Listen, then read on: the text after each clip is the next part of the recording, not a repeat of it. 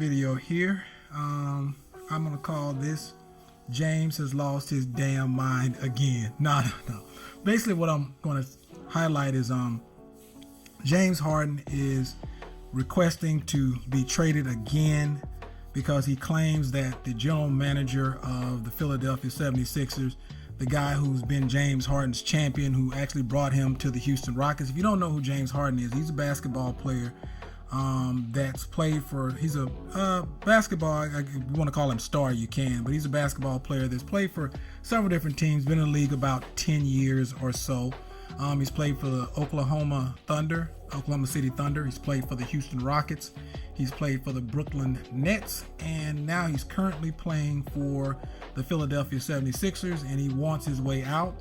And James recently was on a tour in China promoting his shoes, or promoting his clothing brand or whatever he has over there. And he made a comment about the general manager of the 76ers, and I'll read it to you. It said, "Daryl Morey is a liar, and I will never be a part of an organization that he is part of." Let me say that again.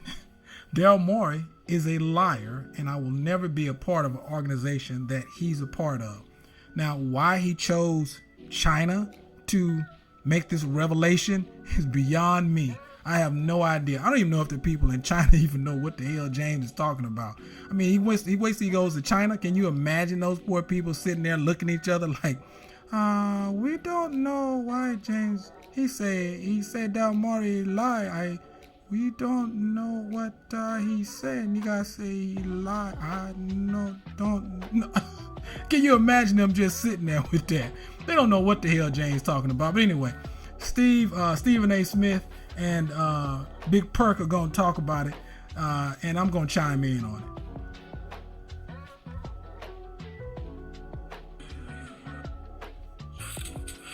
Big issues in Philly, so let's bring in Big Perk. Good morning, Perk. Stephen A., I'm going to start with you on this one. What is the Harden situation's impact on the 76ers future? First of all, I can't start off any segment without saying what's up to my big little brother right there. What's going on, bro? Big Perk! I missed you, baby. I missed you, so let me get that out of the way. Let me get that out of the way right now. Pitiful. All right? Now let me say this, y'all. I think that the focus has been on the wrong thing. I came on the air off vacation to interview Jamal Charlo's getting ready to go against Canelo Alvarez September 30th at the T-Mobile Arena in Vegas last week.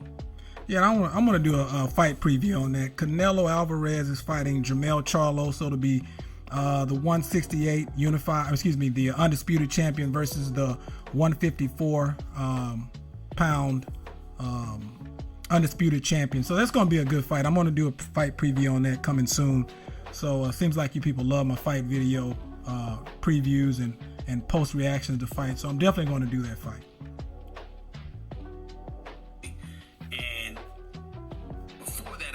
James Harden situation, addressing it by making sure everybody understands James Harden once loved the ground that Daryl Morey walked on. Daryl Morey did everything for me. And you know what? I joke around sometimes about pedicures, manicures, and stuff like that gets done for players. I'm just joking. I'm actually serious with that. I don't think that's something that James Harden didn't get from Daryl Morey. I mean, he ain't lying about that. I think when Daryl Morey ate James Harden shit and vice versa. I mean, they were close. They were thick as thieves, but I don't know about that right now. But that's what they were, because at one point when James was in Oklahoma, Daryl Morey was the general manager of the Houston Rockets. He brought him over into the Rockets. But like I said, the problem with that is, let me say this about James Harden real quickly and Daryl Morey's relationship. Daryl Morey, along with the at the time the Rockets head coach Mike D'Antoni, they created this monster known as James Harden. They let him do anything he wanted to do. They let him skip practices when he wanted to skip practice. They let him go party and come into practice late. They let him do exactly whatever he wanted to do. So now you created this damn monster known as James Harden. So, hey, it is what it is. But let Steven talk. Daryl Morey do anything for James Harden throughout all of these years in Houston, obviously, and getting him to Philadelphia.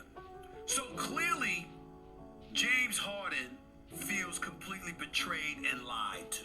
All right? We can't ignore that. And that's why the NBA is investigating the matter, because If you lied to the brother, if you promised him some dollars and he sacrificed some dollars, not 1 but 2 years, and missed out on some money, and it's because of your betrayal, then that's something that Daryl Morey has to live with. But he has a different side to his story. We haven't heard that yet.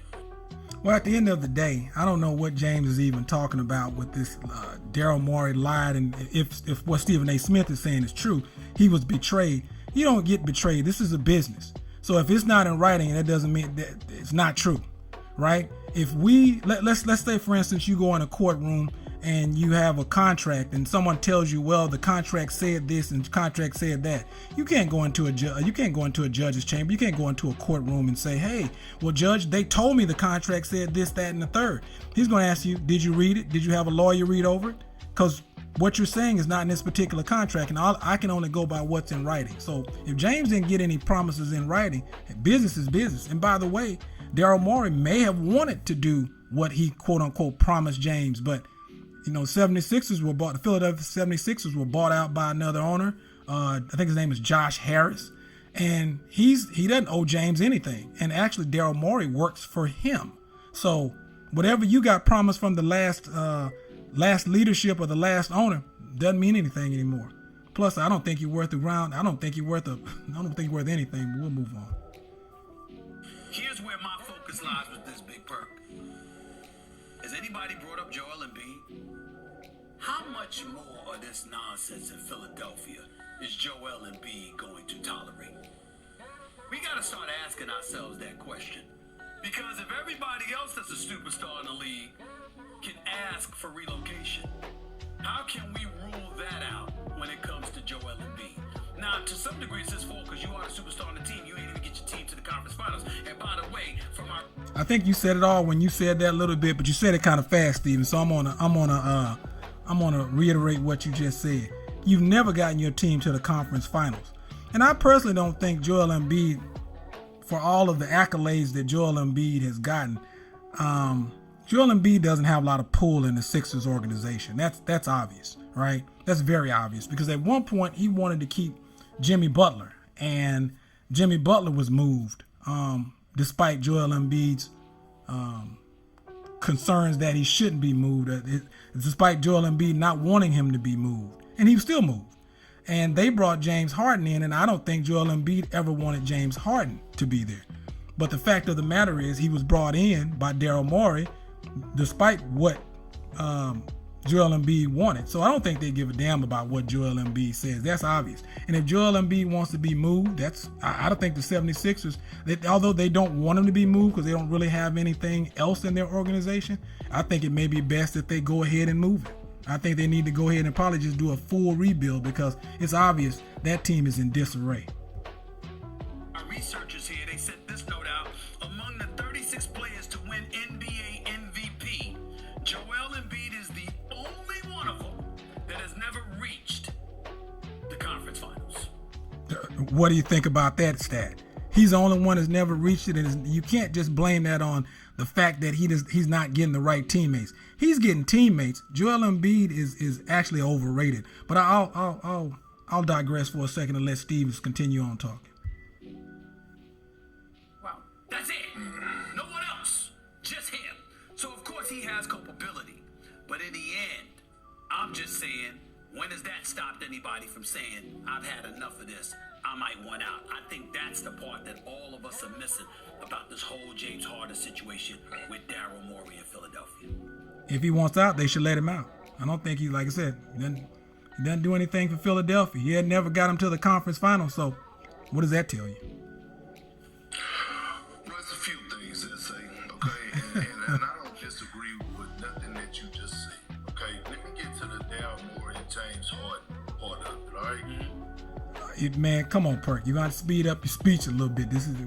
Perk always sounds like he's chopped and screwed. He's like, let me tell you something there, S.A.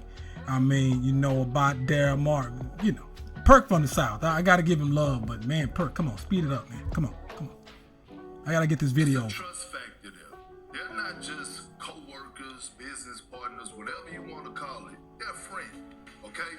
So much that they were James friends. Harden was going to the toilet. Damn it, Daryl Morey was bringing the toilet paper. That's how I like that one, Perk.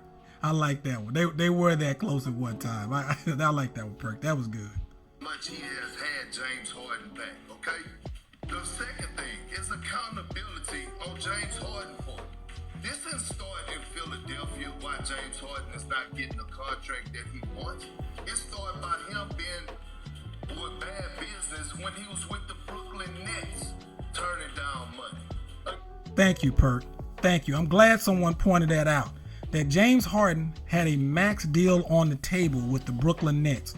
Now, at this point, Brooklyn had gave up quite a few assets to acquire James, and they put him with two other potential or future Hall of Famers with Kyrie Irving and Kevin Durant, and that blew up because James didn't want to be there. James has quit everywhere he's went. So I don't blame the 76ers upper management and their owner for not wanting to give him a max deal. Why would you give James Harden a max deal when he's quit everywhere he's went? He quit in Oklahoma. He quit in Houston. He quit in Brooklyn, and now he's quitting in Philly. You don't give him shit. Again, the Brooklyn Nets gave up access for James Harden, not the Philadelphia 76ers. So what ended up happening is that when James Harden befriended our guy Michael Rubin, that's when everything hit the fan. Now Michael Rubin, a great guy, is not part of the ownership group of the Philadelphia 76ers. It's not going to be easy for Daryl Morey to walk in that office and convince Josh Harris to pay James Harden the type of money that he want with the years that he want. Number 3. Thank you, Perk. Perk, man, Perk has been on point with this whole little interview, this whole little commentary that he's put on James. You cannot walk into the new 76ers ownership and even ask for a max deal for James Harden. James Harden is not going to get it. And I'm sorry, if Daryl Morey promised him something, I mean, let's look at it like this, everyone. If you are working for a company and the management says, hey, you know what? In 6 months or 3 months or a year, we can't give you anything now, but we're going to give you a nice raise and a bonus. Well, when that year gets here, when that year gets close, they get bought out by another ownership group. And this new ownership group says they're not giving out any raises. So if your manager told you were going to get a raise, you can get that out of your mind.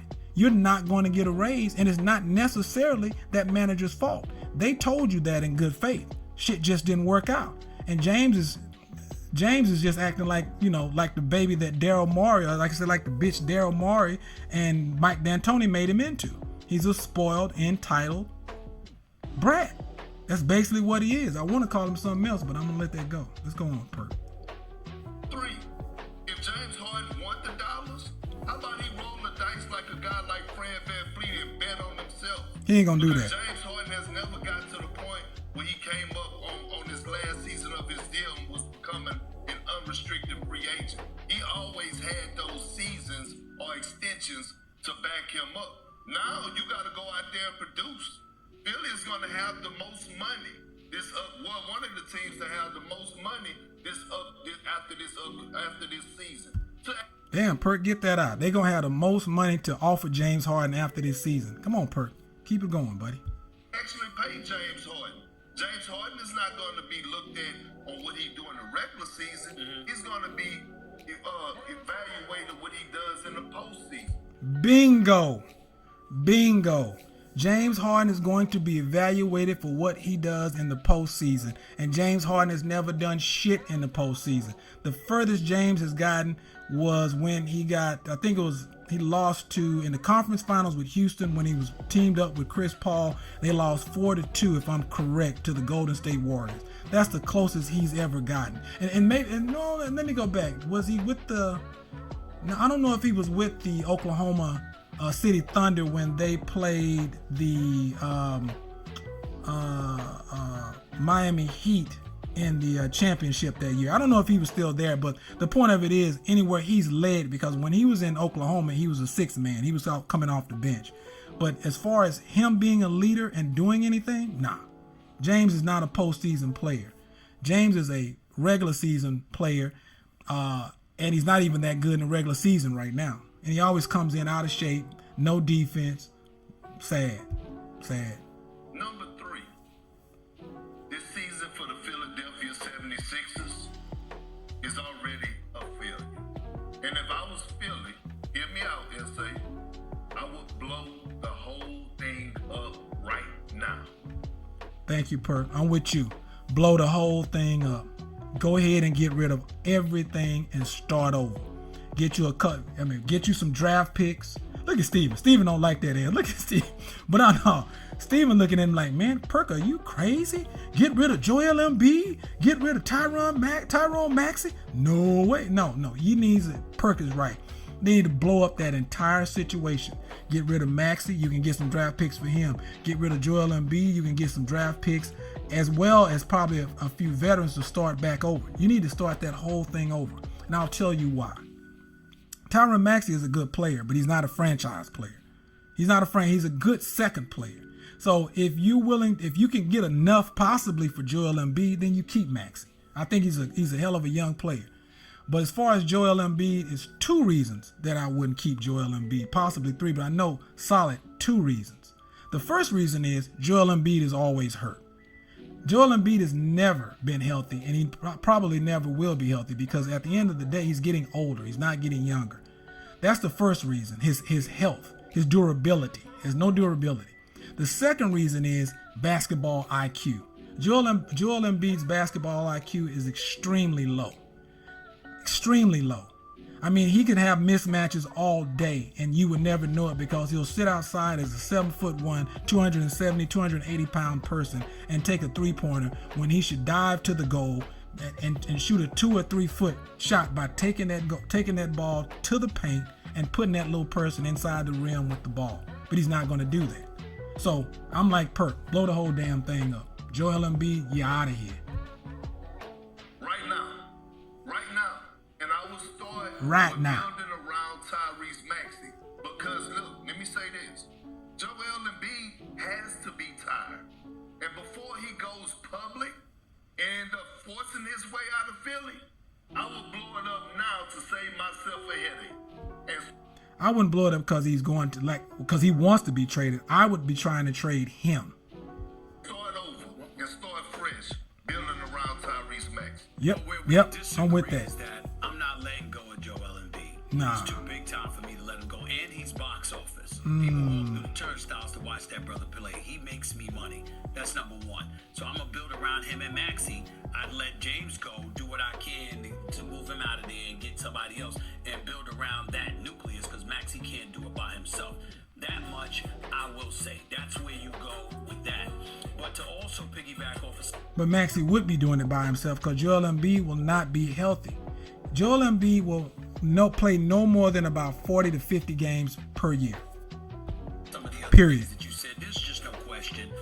One of the things that we have to take into consideration, or James Harden has to take into consideration, Josh Harris is the owner for the Philadelphia 76ers, who now, by the way, owns the Washington Commanders of the NFL. The man's a billionaire. Daryl Morey answers to him. It ain't the other way around. And I'm told Josh Harris told Morey, ain't no way in hell we giving James Harden the kind of money that James Harden is looking for. And if that's what I told you. He's not going to get it. The new ownership group is not giving James Harden nowhere near the years nor the money that he wants. Period. And I don't think they got any suitors for James Harden. James Harden has such a bad reputation in the NBA. I don't think they have any suitors for him, to be honest. If that is the case, that's not on Daryl Morey. That's on ownership. Now, if Daryl Morey lied to James Harden, which James Harden has clearly stated, that is a different matter because he had no business doing that. But like you said, But Steve, you just said if he lied behind ownership. He wasn't just making up the lie. You said it yourself. Daryl Morey works for Josh Harris. It's not the other way around. So he didn't lie in bad faith. If he lied in good faith. So, hey, it is what it is. I'm like the ownership. You don't deserve no damn money, no way. Oh no, I don't know of any player that Daryl Morey has ever supported more, stood up for more, etc., than James Harden. And if you James Harden, who, by the way, from what I'm told, got one of your boys as your agent, and I'm not casting any shade on this boy. I don't know who he is. I don't know him at all, so I don't want to disrespect nobody like that. Yeah, you casting shade on him. That's why you brought it up as his boy. Yeah, you casting it on him. But you don't have one of those seasoned agents entrenched in the business that has one of those personal relationships where you can maneuver your way through this kind of terrain. So that comes into play as well. And we all remember. Well, Steve, you talking about the man. You said, I don't want to cast aspersion on his boy. However, his boy don't have the seasoning to be, his boy shouldn't be his agent. If his boy is giving him any advice right now, he should be telling him to shut the hell up and play basketball and show what you're worth and quit talking and calling your general manager, calling your damn boss a lie. But like I said, I don't feel sorry for Daryl Morey. The problem that he created is James Harden. He created that Franken monster, and he should have to live with that shit. You got a lot of people that will remind us we should have learned from Michael Jordan. He took the late Abe Poland's word when he was owning the Washington Wizards years ago, and Jordan was supposed to get majority ownership, and that fell through, because he didn't have that in writing, etc., etc., etc. You should have learned from that. That's what a lot of people are saying about some of these guys right now. So James Harden may have trusted Daryl Morey. He may feel betrayed by Daryl Morey. But his performance or lack thereof, his representation or lack thereof, and his unwillingness to accept the fact that Daryl Morey ain't the one calling the shots, it's the owner, Josh Harris, is something that can't be ignored, and he might want to take into consideration before he continues to maintain this position. Well, at the end of the day, like I said, I have no sympathy for what this situation that the 76ers find themselves in. Daryl Morey, you created the monster that's now turned on you. It's like I said, it's like raising a child. And that's what James Harden is acting like. He's acting like an entitled child. So you raise this entitled child. You let him do what he wanted to do. You let him say what he wanted to say. You let him skip practice and be late to practice and act like he wanted to act. Now you created this monster. You brought this monster in, and now the monster has turned on you. The monster's trying to eat you now. So, hey, you get whatever the hell you deserve as a result of the man you created. If you like this content, subscribe, like, and share. Appreciate the listen. Happy holidays. Merry New Year. Y'all have a great day. It's a great feeling to be back.